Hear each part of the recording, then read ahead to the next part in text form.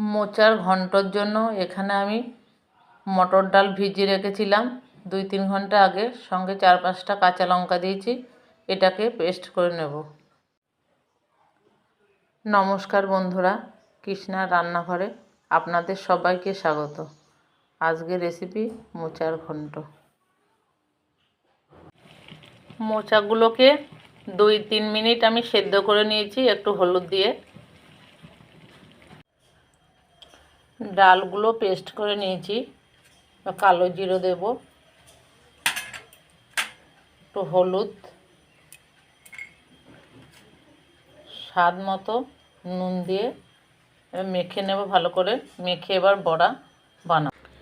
ডালগুলোকে ভালো করে মেখে নিয়েছি, এবার বড়া ভেজে নেব। তেলটা গরম হয়ে গেছে, ছোট ছোট করে বড়া ভাজবো।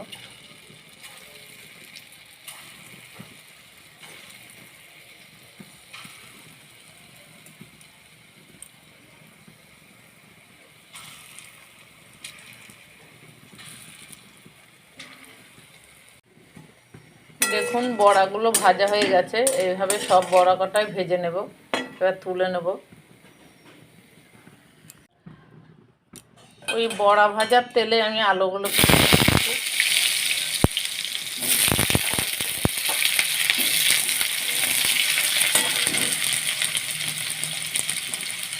একটু নুন, একটু হলুদ দিয়ে আলুগুলোকে লাল লাল করে ভেজে নেব। আলুগুলো লাল লাল করে ভেজে নিয়েছি। আদা বাটা,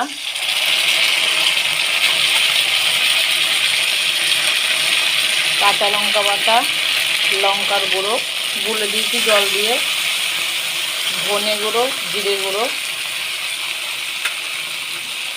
ভালো করে একটু কষিয়ে নেব।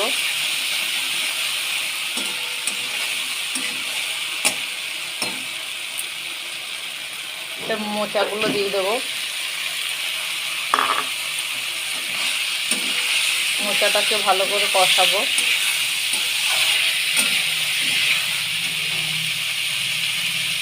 স্বাদ মতো আর একটু নুন দিলাম মোচার জন্য।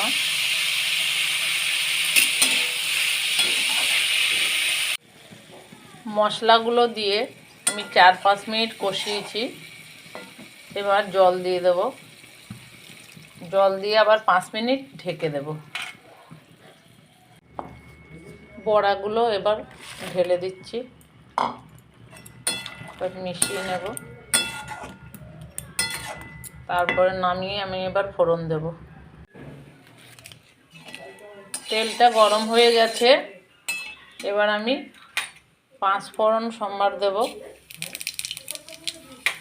5 ফোড়নটা একটু বাদামি কালার আসবে।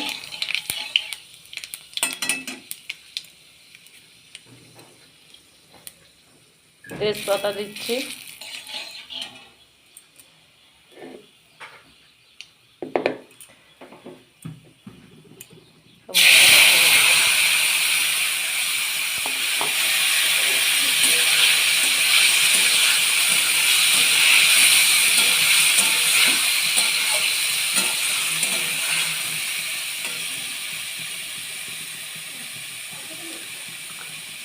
একটু ঘি দেব।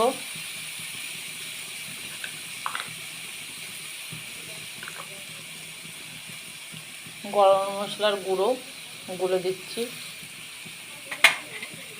স্বাদ অনুসারে চিনি, যে যেমন খাবেন আপনাদের ইচ্ছা হলে দিতে পারেন, নাও দিতে পারেন।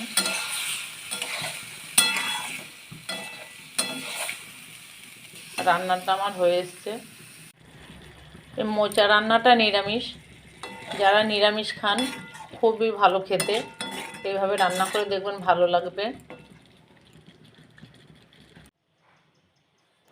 আপনারা এইভাবে রান্না করে দেখবেন, আশা করছি খুব ভালো লাগবে। আপনাদের যদি ভালো লেগে থাকে লাইক করবেন, কমেন্ট করবেন।